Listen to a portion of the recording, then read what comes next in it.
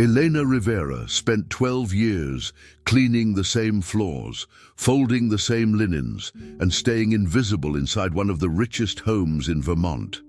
But one morning, after a grand celebration, everything changed.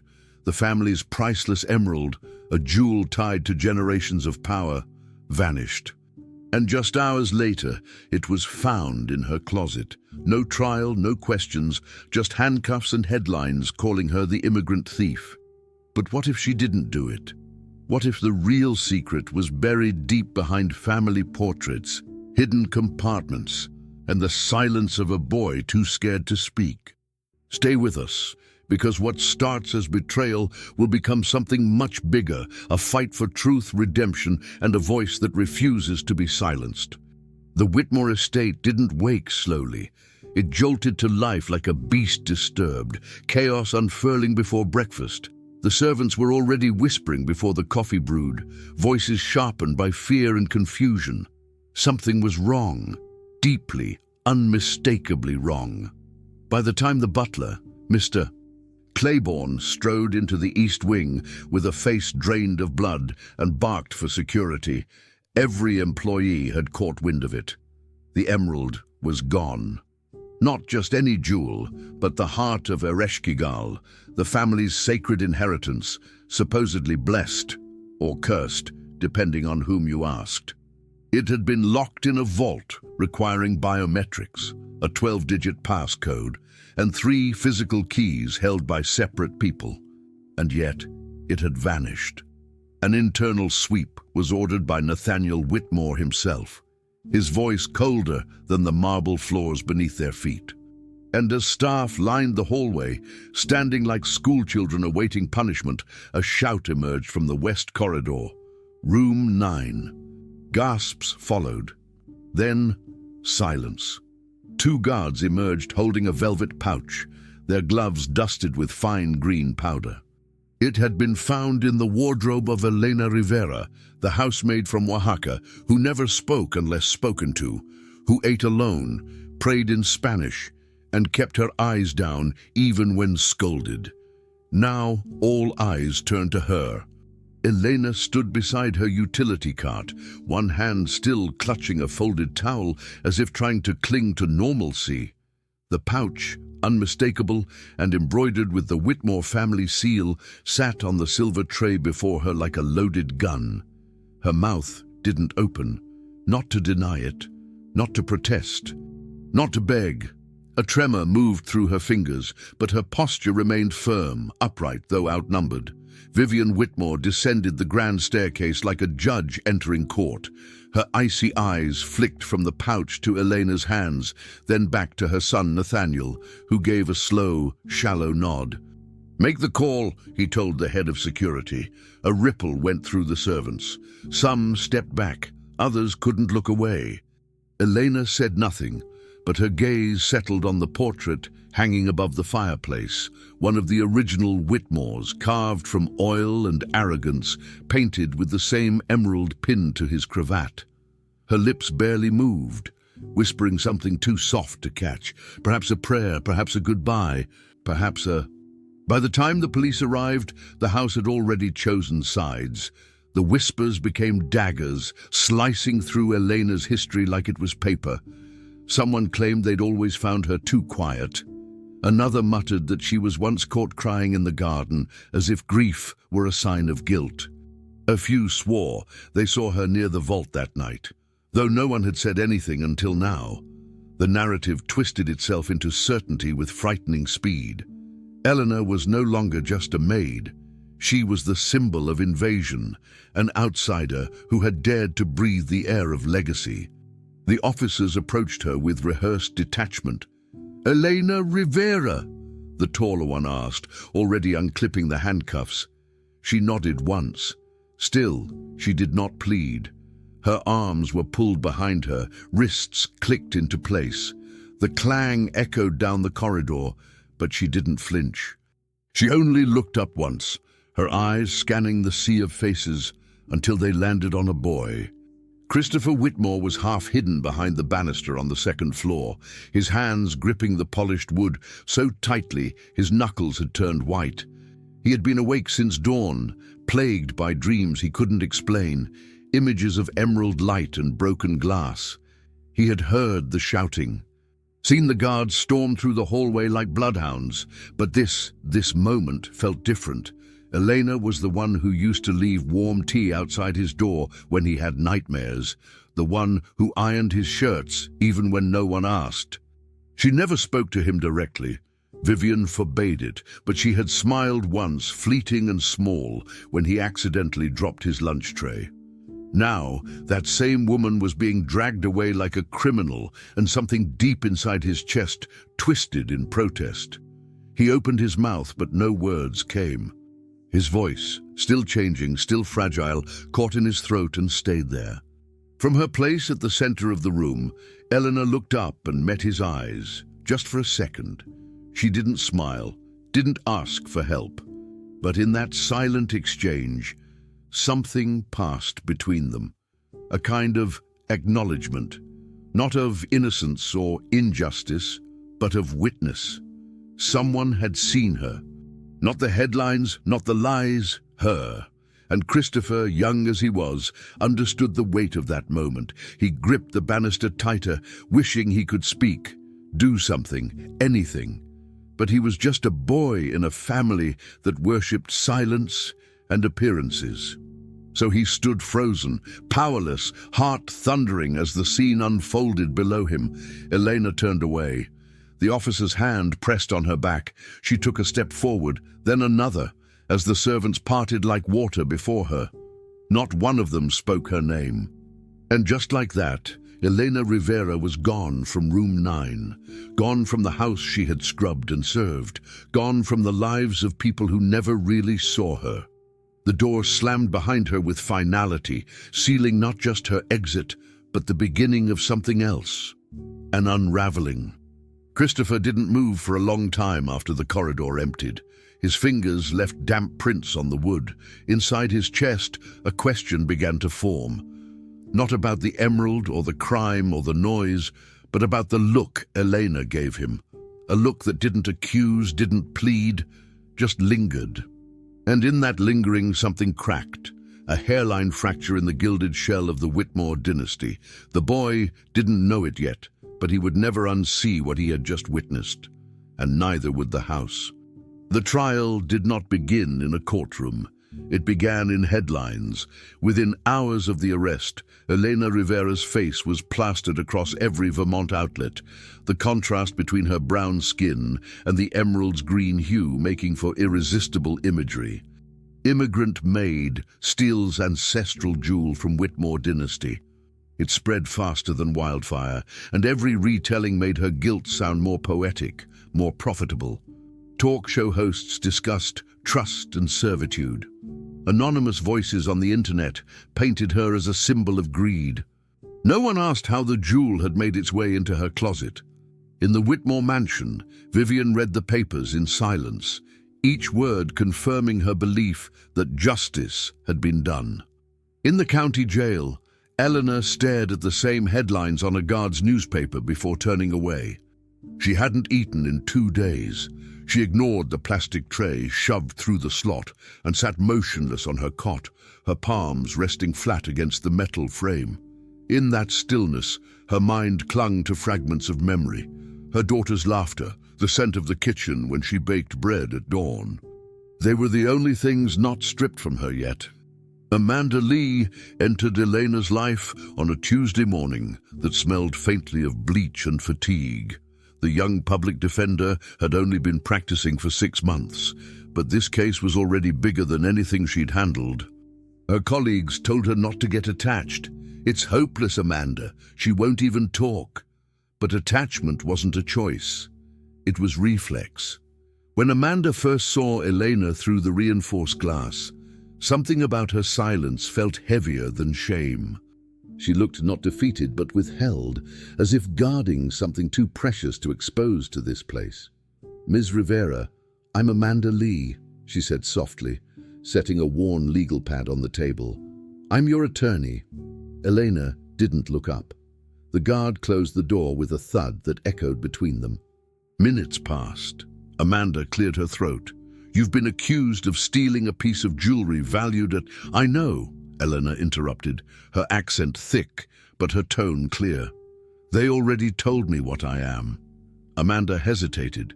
"What they think you are," she corrected. But Elena's gaze was already fixed on the floor.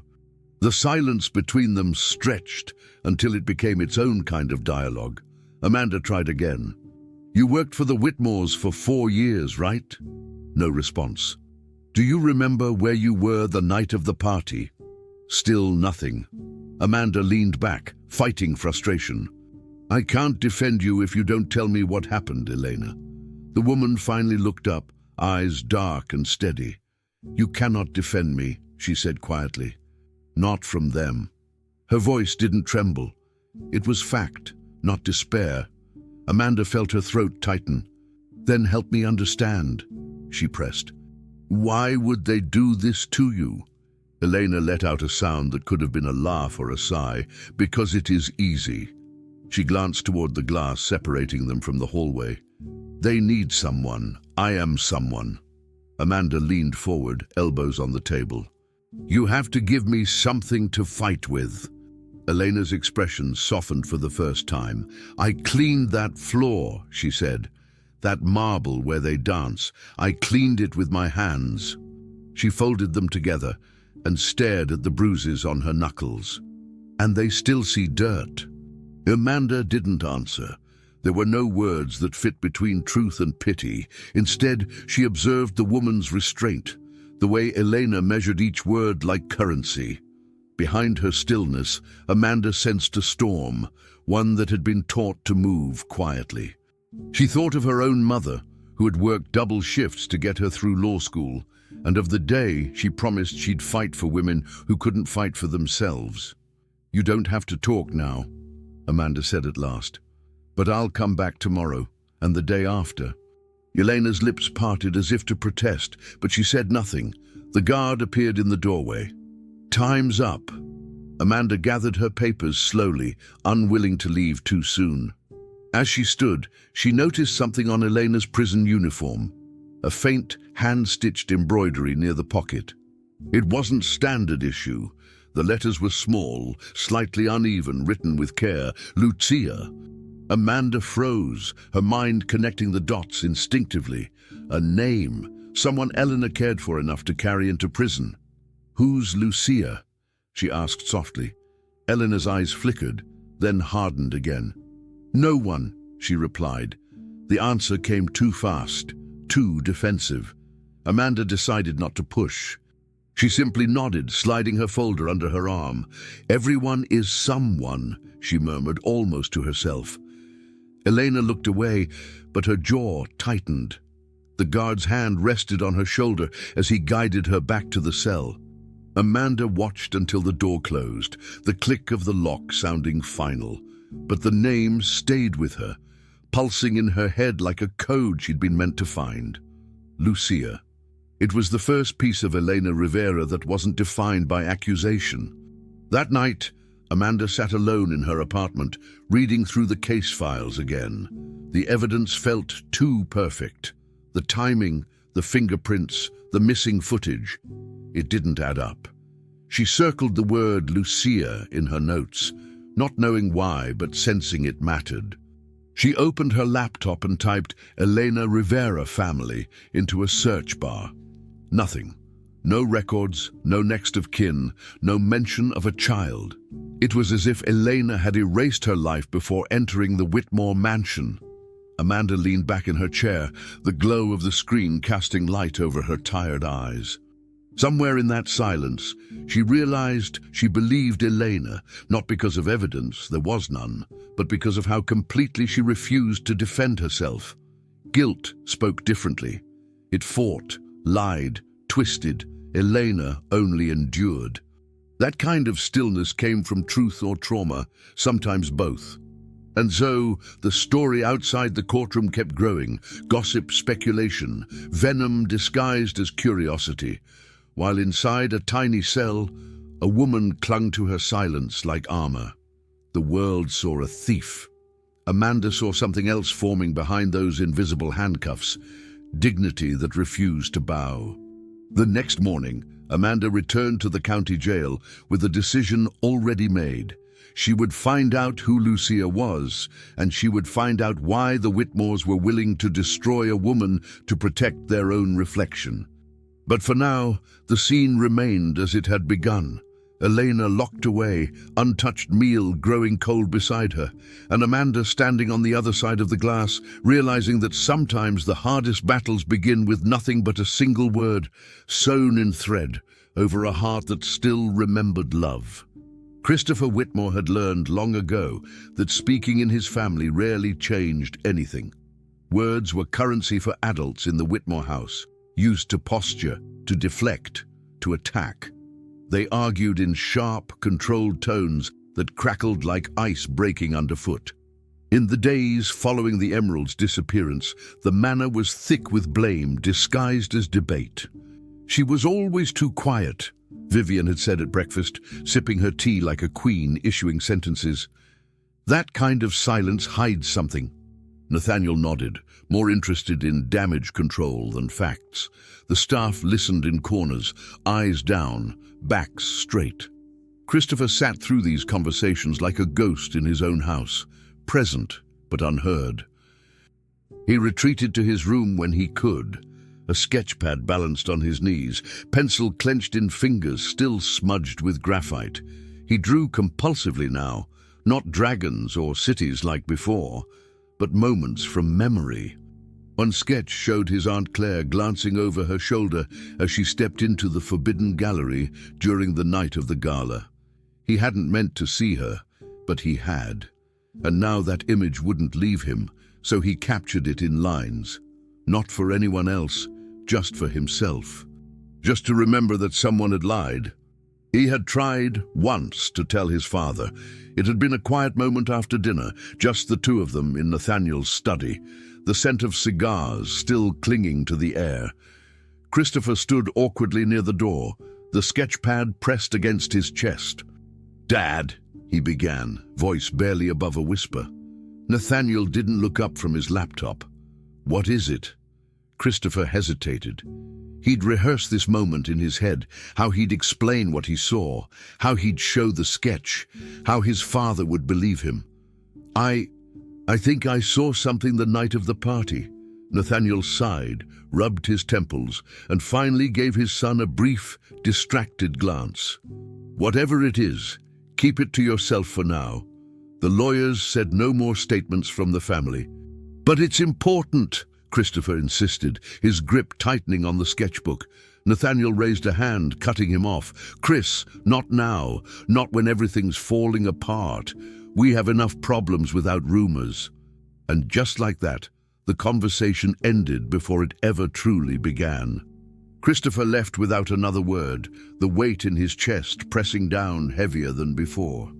That night, he slid the sketchbook beneath the floorboards of his closet, a place where truths could wait. The next morning, Christopher wandered the halls alone, while the adults continued their whispered wars. He passed the empty quarters where Elena used to stay. Room 9. No one had touched it since she was taken. The door creaked slightly as he pushed it open. Dust clung to the corners. Her cleaning cart was gone, her uniform too. But something made him step inside, drawn not by logic, but something older, deeper. The pull of a wound left open. He sat on the edge of the bed and looked around. It felt wrong, her absence, like a chair missing from a familiar table. He noticed a small gap behind one of the dresser drawers and pulled it open. Tucked between wood and wall was a folded piece of paper, thin and worn. It looked personal, almost sacred. He opened it gently, careful not to tear it. The handwriting was neat but unpolished, the ink slightly faded. It was written in Spanish. Christopher couldn't read all of it, but he recognized a name, Lucia, and words he did know. Madre, Esperanza, Perdón. Mother, hope, forgiveness.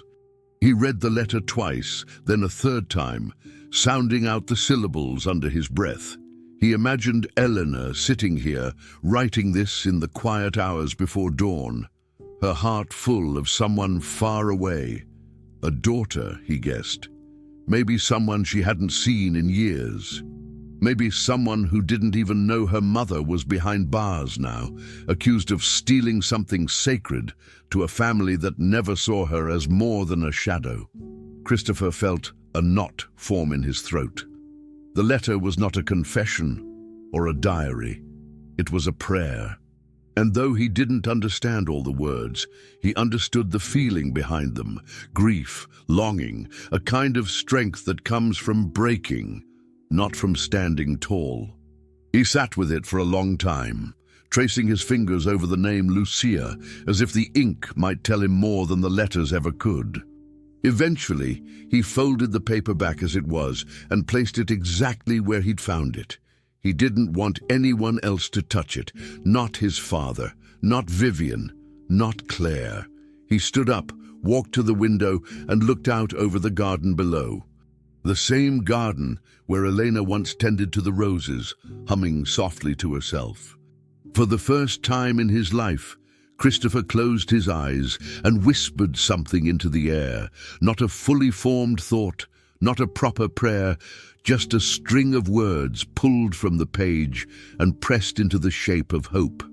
He didn't know if anyone was listening, but it felt right. It felt necessary, and when he opened his eyes again, the room still felt empty but not forgotten. From that day forward, Christopher returned to room 9 often, not to trespass, but to remember. He never moved anything, never stole or pried, but he carried the weight of what he'd seen, both that night in the gallery and in that letter, as if it were his own. He added sketches to his hidden notebook, each one more detailed, more certain.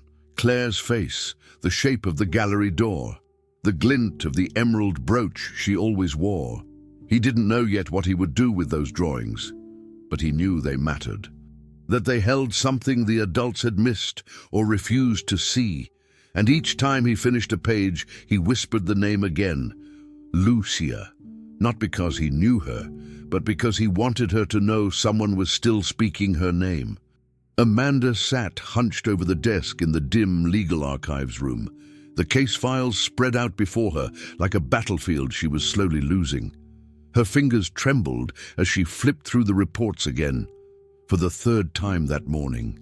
The forensic analysis claimed Eleanor's fingerprint had been found on the vault's digital interface, but the timestamp didn't match the narrative. It was too recent, logged nearly 40 minutes after the supposed time of the theft.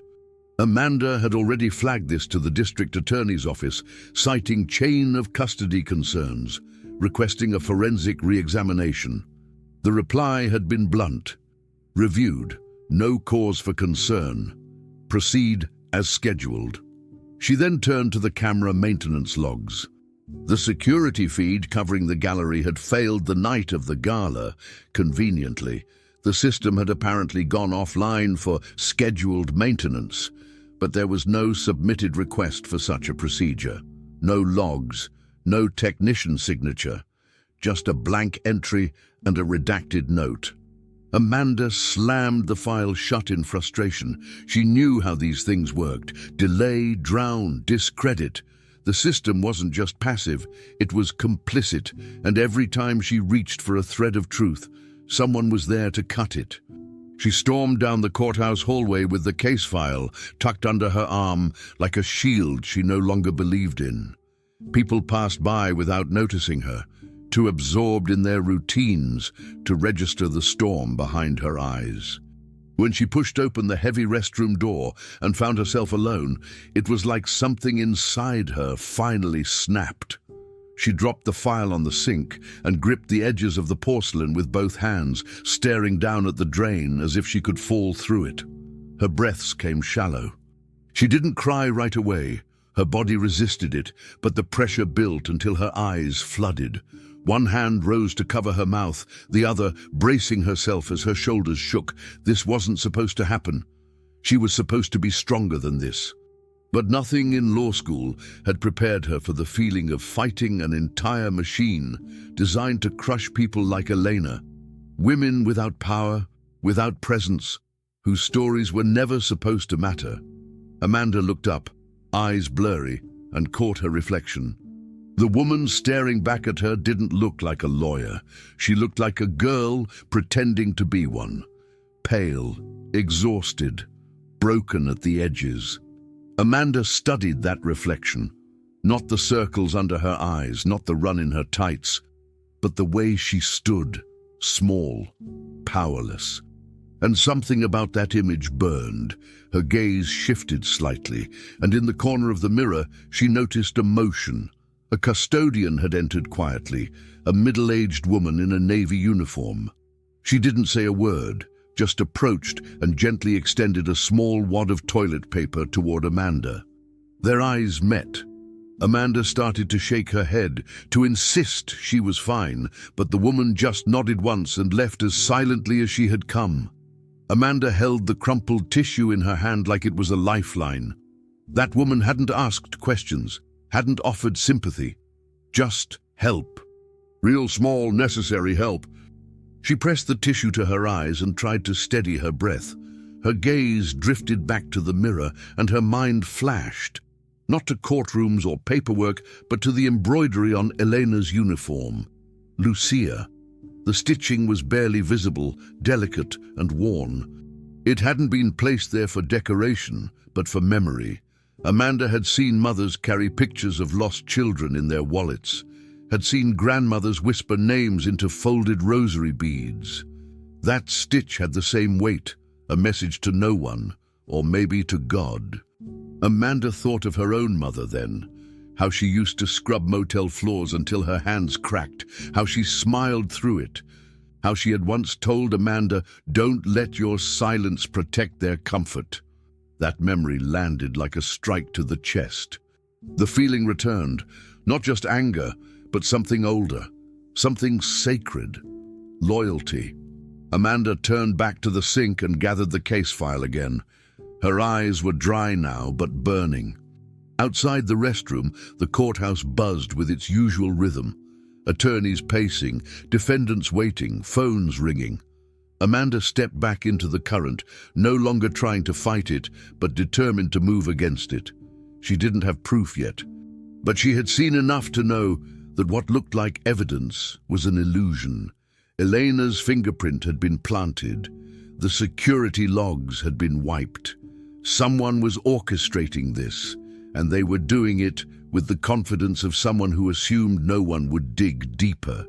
Amanda knew she might lose the case, that the press would crucify her, that Vivian Whitmore would use every ounce of her reputation to protect the family's image. But she no longer cared about winning in the eyes of the court. She cared about not leaving Elena alone. She cared about making sure someone stood beside that woman, even if the rest of the world had turned its back. As Amanda walked toward the elevator, case file clutched tighter now. She passed a glass wall and caught her reflection again. The woman in the glass looked tired. Yes, but she no longer looked unsure. She looked resolved. She looked like someone who understood that some cases aren't just cases. They're personal, not because of law or logic, but because of blood and memory and the people we refuse to forget. Amanda pressed the elevator button and whispered, "You cleaned their floor with your hands. Now I'll fight them with mine." And with that she stepped in, not just as a lawyer, but as someone who had decided to make it personal. Alone, perhaps, but no longer afraid. Christopher hadn't meant to end up at the chapel that morning. He was supposed to be in his tutoring session, a boring hour spent pretending to care about equations he already knew. But his mind had been elsewhere for days. In room 9, in the sketchbook, in the memory of his aunt disappearing into the forbidden gallery. His feet had taken him to the place he didn't know he was looking for until he got there. The chapel sat at the edge of the estate, mostly unused except for family funerals and rare Whitmore performances of piety. The door creaked open under his hand, but before he stepped inside he saw movement. Amanda. She was crouched near the altar, holding her phone low, snapping photos of the base. For a moment neither of them moved. She looked up in alarm, expecting confrontation, maybe panic. But Christopher didn't run or call for help. Instead, he stepped forward slowly and reached into his backpack, pulling out the sketchbook he'd hidden for days. He held it out wordlessly. Amanda stood, took it, and flipped through the pages. Her face changed with each image. Claire's silhouette, the gallery door, the brooch, the timestamp scrawled beneath in pencil. When she looked back up, she didn't say anything. She didn't have to. She knew. Christopher didn't know why he trusted her. Maybe it was the way she listened, like his voice mattered even before he used it. Amanda knelt beside him and said, "Do you know what you drew?" He nodded. "I saw her that night. Aunt Claire. I wasn't supposed to be awake, but I couldn't sleep." Amanda's mind was already racing. "Did you see her enter the gallery?" "Yes," he whispered. "She had something in her hand, a little black case. She looked scared." Amanda closed the sketchbook. "Come with me," she said. They re-entered the chapel together. It felt like trespassing, but also like truth-seeking. Amanda returned to the altar and knocked gently on the base, following a hunch and the memory of a floor plan she had studied the night before. Her fingers found a seam where the marble didn't quite align. "There's something under here," she muttered. Christopher stood beside her, watching. Amanda pried the edge loose with the tip of a pen, and a square of marble lifted like a lid. Below it, darkness. She reached in, careful, and touched fabric. When her hand emerged, it held a bundle wrapped in rich purple cloth. Amanda unfolded it slowly, reverently, as if it might explode. There, nestled inside, was the true heart of Ereshkigal, unmistakable, unblemished, real. The gem pulsed with a depth no replica could imitate. Amanda's breath caught. She stared at it for a full 10 seconds before whispering, "She never took it." The words came out hollow, heavy. Christopher nodded. "I knew it didn't make sense." Amanda blinked hard. The emerald never left the house. This was the plan all along. Plant a fake, hide the real one, blame Elena. Her voice cracked on the last words. Rage and relief twisted together in her gut. Claire framed her, and the family's letting it happen. Christopher's voice was low. "They think I don't see anything. But I see more when they ignore me." Amanda placed the emerald back in the cloth and clutched it to her chest, as if trying to shield it from the poison that had surrounded it for generations. They sat on the chapel steps for a while, both stunned by the weight of the truth now in their hands. Amanda asked him gently, "Why did you draw all of it, even when no one listened?" Christopher shrugged. "Because I didn't want to forget, and if no one believed me, at least the paper would." Amanda closed her eyes. She could feel her case shifting, reforming. It wasn't just about Elena anymore. It was about the whole structure, the rot beneath the marble, the quiet deals and louder silences. And here beside her was the one person in the mansion with the courage to draw what he couldn't say. "You're braver than most people twice your age," she said. Christopher didn't respond, but he didn't look away. Amanda stood, brushing dust from her knees, and folded the cloth tightly around the jewel again. "We need to do this right," she said. "Chain of custody. We document it, we photograph everything, and we file a motion first thing tomorrow." Christopher nodded, already pulling his phone from his pocket to start taking pictures. They were allies now, no need for promises. The truth had bound them more deeply than any oath. As Amanda carefully returned the panel to its place beneath the altar, she paused for a beat. There was something bitter in the air, not guilt, but betrayal. Not only of Eleanor, but of Christopher too. A child pushed to the sidelines, made invisible, even as he watched everything unfold. Amanda whispered, "They were counting on no one seeing." Christopher replied, "I think they've done that for a long time." Amanda tucked the emerald into a small evidence bag and sealed it. She glanced once more at the altar, a place built to inspire faith, now hiding the biggest lie of all. They stepped out of the chapel together, the air thick with something unspoken. In Amanda's hands, the real emerald. In Christopher's backpack, the sketches no one had asked for. And in both their hearts, the unshakable knowledge that Elena Rivera had been framed, not by chance, but by design. The house was quieter than usual, though not because of peace. The silence was the kind that arrived after a storm, but before its consequences. Rain tapped on the windows, soft but steady, and Christopher moved through the halls with practiced steps, his presence barely noticeable. He had learned over time how not to be seen, a survival tactic among adults who rarely asked questions they wanted real answers to. On this night, he wasn't sneaking. He had nowhere to go but everywhere to be. His feet led him toward the East Gallery, toward the room where his grandfather's portrait hung, a place no one visited unless they were grieving or pretending to. That's when he saw her, Vivian, standing in front of the massive oil painting of her late husband, back straight but head bowed, her arms crossed tightly around her own ribs. Her cheeks were damp, but she wasn't sobbing. The kind of crying she was doing was older than tears. It was ancestral. She didn't notice Christopher at first. When she finally turned, startled by the creak of the floorboard beneath his shoe, her face wore no mask. She didn't scold him. She simply whispered, "The lie has always been our shield, since before you were born." He hesitated before stepping forward. He had brought the sketchbook with him, not to share, but because he didn't want to leave it anywhere unattended. But now, faced with Vivian's strange vulnerability, he found himself clutching it tighter. "Did you know it wasn't real?" he asked, voice low but steady. Her lips pressed into a line. "I knew it was too perfect," she said after a long silence.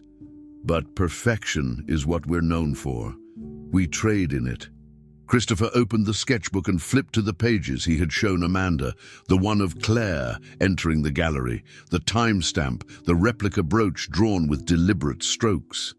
Vivian's eyes scanned the pages, her breath hitching once. She closed the book gently, firmly, like someone placing a tombstone. "That's enough, Christopher. You could stop this," he said, not as a challenge, but as fact.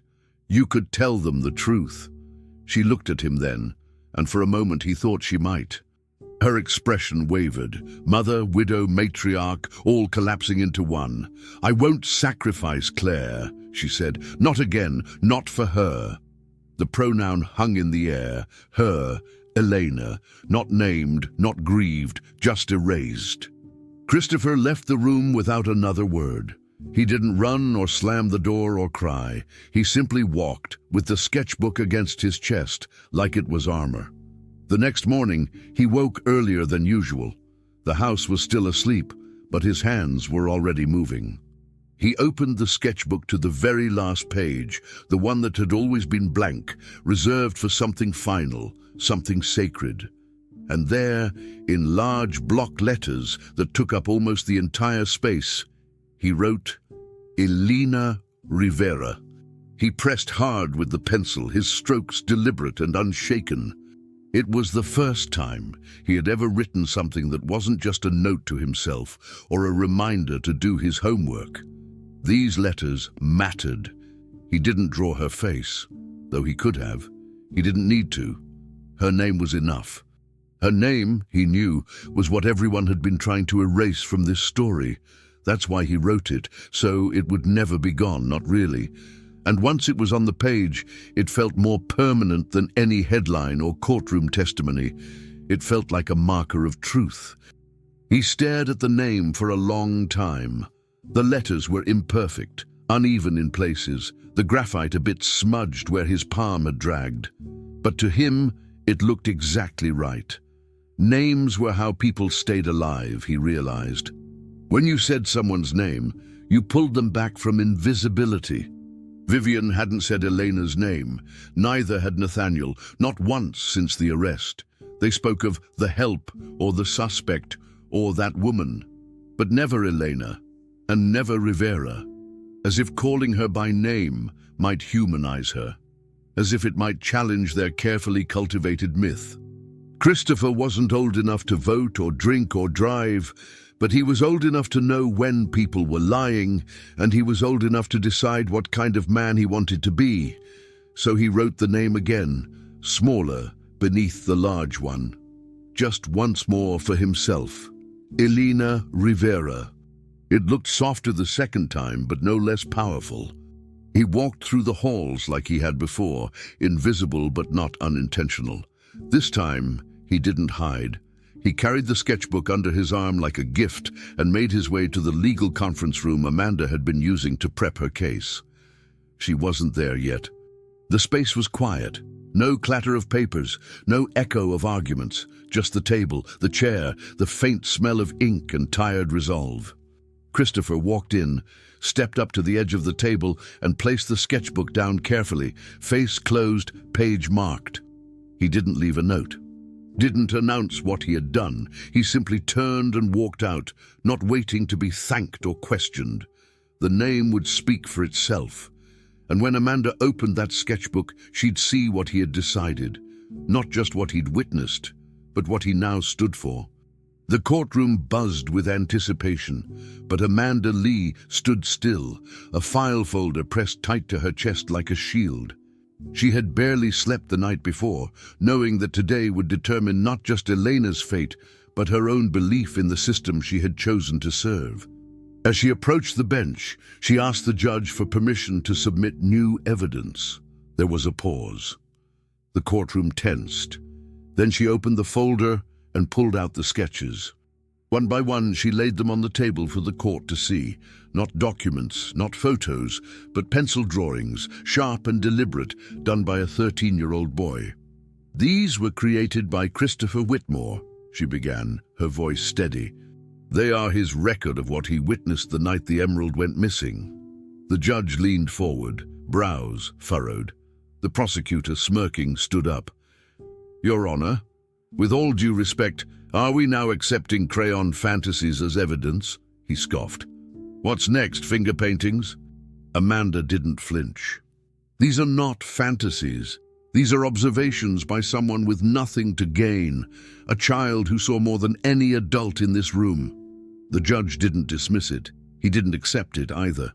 He hesitated. The pause stretched long, thick with tension. Amanda could feel it, the tightrope between credibility and ridicule. She could see the jurors shifting, unsure, curious.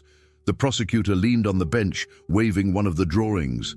"So now we're entertaining bedtime sketches from a moody teenager." His voice was loud, performative. Amanda turned to the judge. "Then let's hear from him. Let's hear what he saw. Let him speak." The judge narrowed his eyes.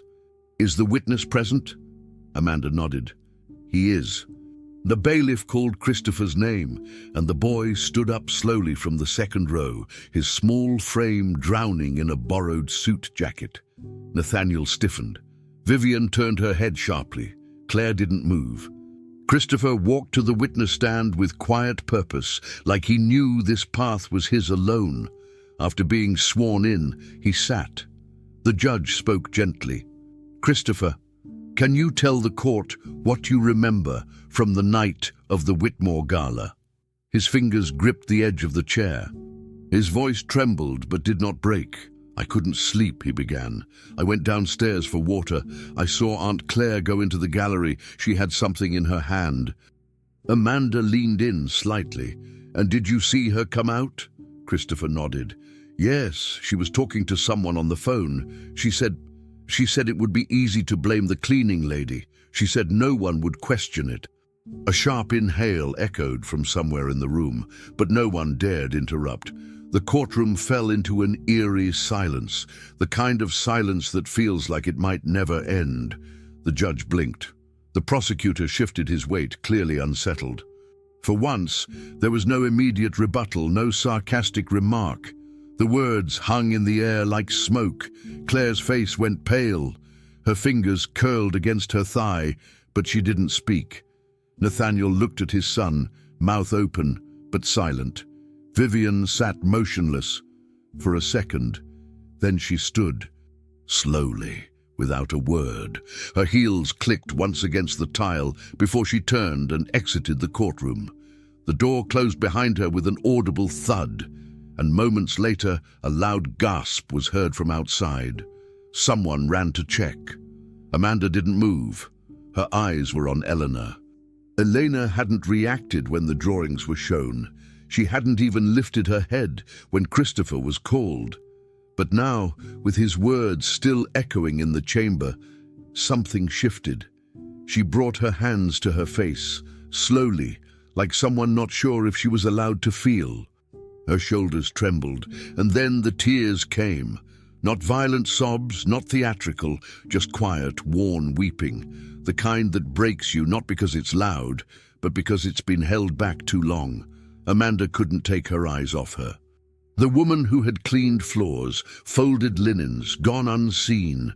The woman who had been called a thief, dragged in cuffs, buried under falsehoods. She was crying, and this time it wasn't from fear. It was the slow, aching release of truth finally touching skin. A bailiff entered the room and whispered something to the judge. He nodded grimly. "Mrs. Whitmore has fainted," he announced. A murmur spread, but inside the room all attention was still on the witness and on the woman now silently breaking open in the defense chair. Amanda didn't speak again. She didn't need to. The image was enough. Christopher still sat on the witness stand, small and solid, looking nowhere but at the judge. Claire, on the other hand, was now visibly fidgeting. Her confidence cracked, her facade slipping with each breath. Nathaniel kept glancing at the door, as if praying for a distraction, but the courtroom offered none. No thunder, no bailiff interrupting, no family name to protect them this time. Just a boy's truth laid bare. Just a name spoken out loud. The cleaning lady, now given weight and context and witness. Amanda walked slowly back to her seat, the sketches still resting on the evidence table, now transformed from child's play to instruments of justice. In a world where cameras failed and systems silenced, a pencil had done what power could not. And as the judge called for a recess, Amanda turned to Elena, not to ask, not to confirm, but simply to see her. And for the first time since this all began, Elena Rivera looked up, eyes full of tears, and let herself be seen. Elena's steps were slow but purposeful.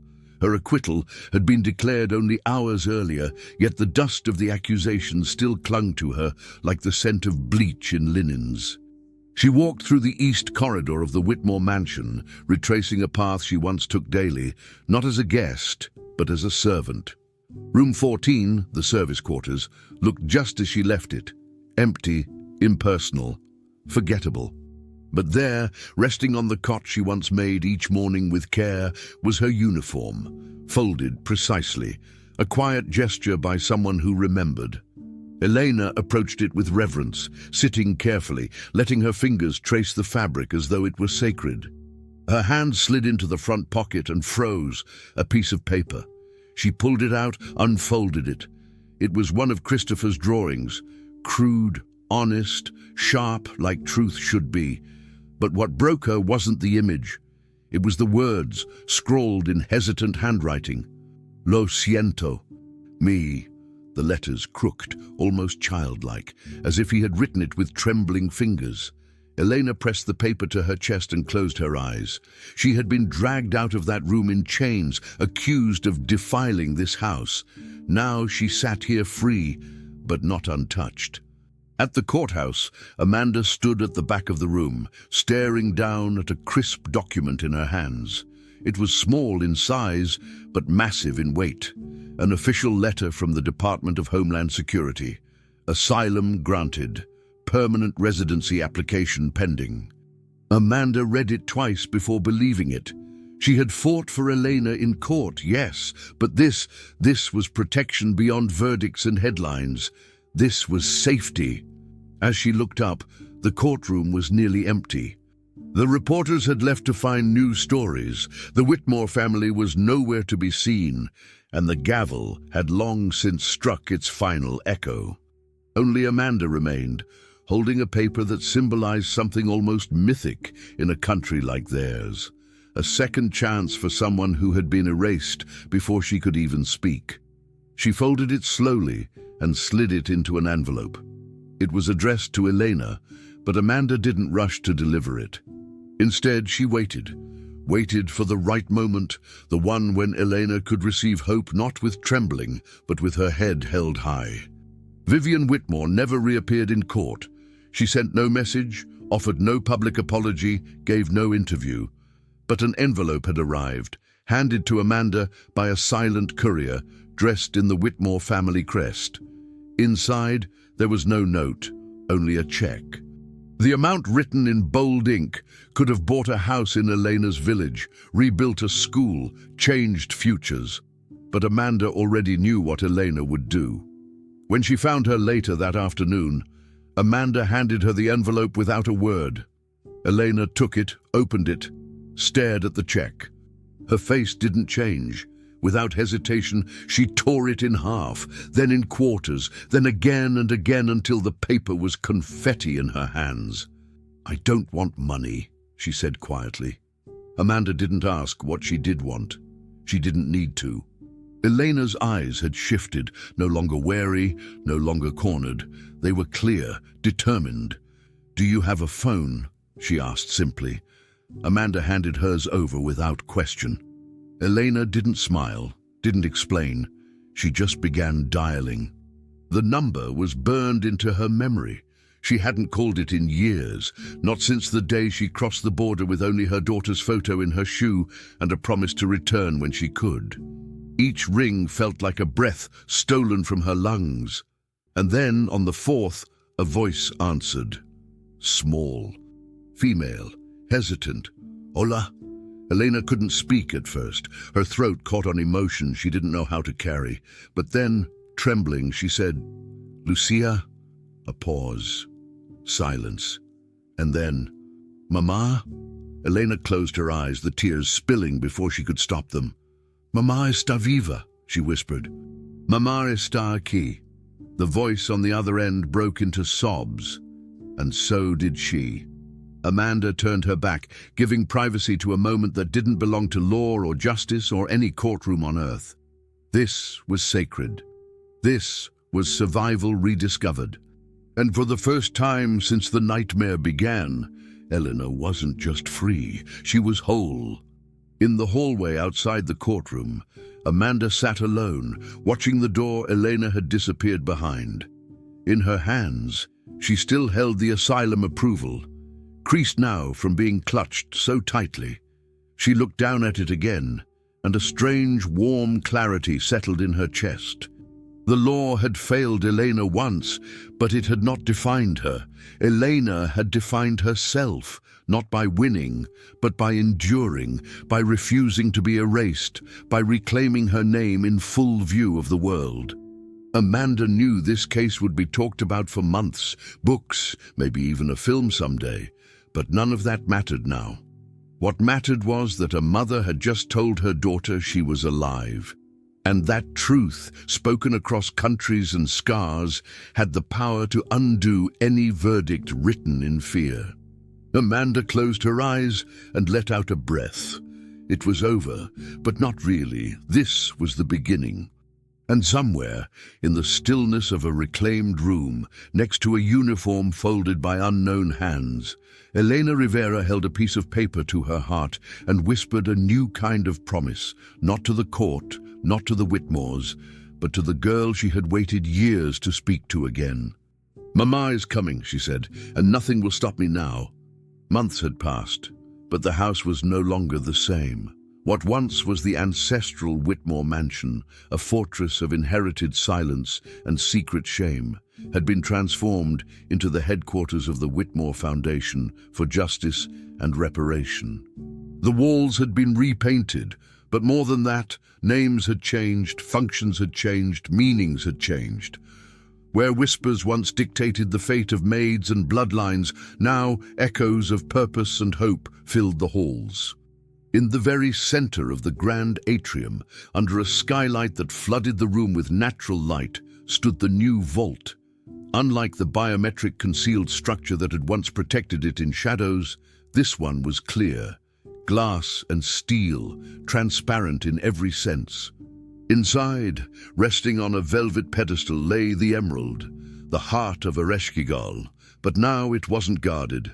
It was witnessed, not a secret to protect, but a symbol to confront. Around the vault, benches invited reflection.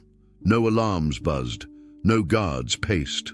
It existed simply to be seen and to be redefined. On the pedestal beside it, a plaque gleamed, etched in bronze. To those who were silenced, may this stone never weigh more than a voice. Elena Rivera stood at the entrance, shoulders straight, eyes unwavering. She wore no uniform today, only a simple blue blouse and grey slacks, the kind that allowed her to breathe without permission. For the first time, she stepped into the mansion not as staff, not as suspect, but as Director Rivera. Her name now appeared on letterheads, not employee rosters. Behind her, news crews waited, hoping for a soundbite, but this moment wasn't for them. It was hers. She moved slowly through the atrium toward the vault.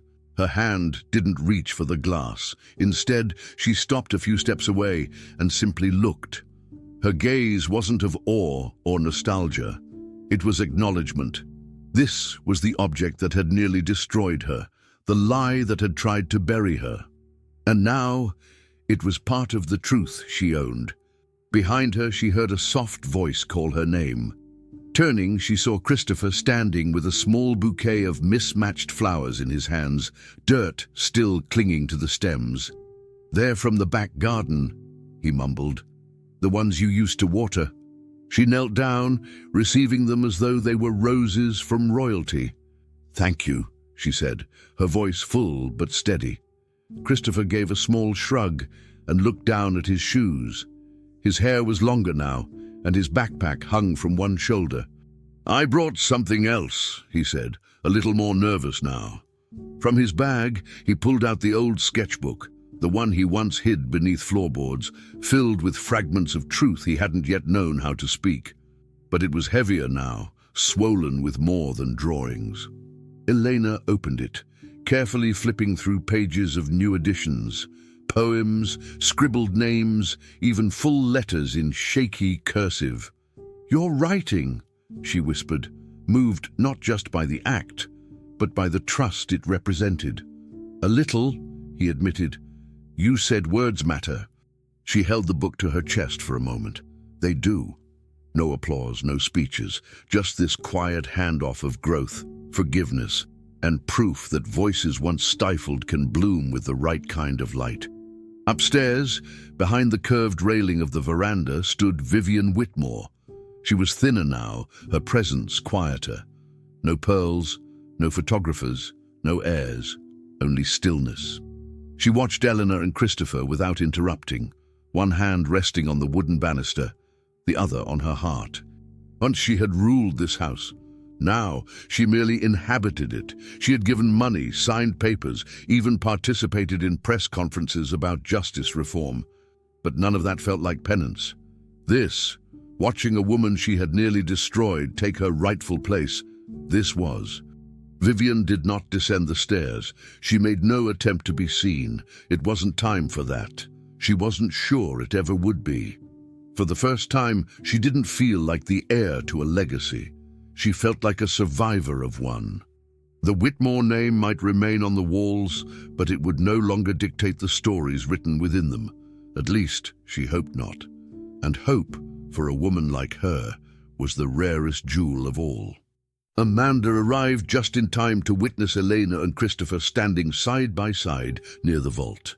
She didn't interrupt. She didn't need to. She understood what was unfolding was not a media moment, but a sacred one. Her fight had begun with law books and ended with belief. Belief in a system that could heal when brave people stepped outside of it. Amanda had received offers since the trial, interviews, partnerships, book deals, but she had turned them all down. She didn't want to become a name.